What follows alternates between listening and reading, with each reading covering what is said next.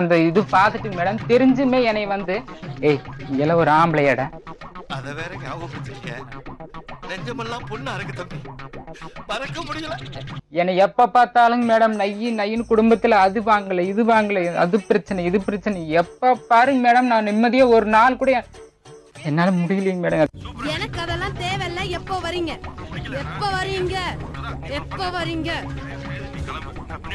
எப்போ வரீங்க?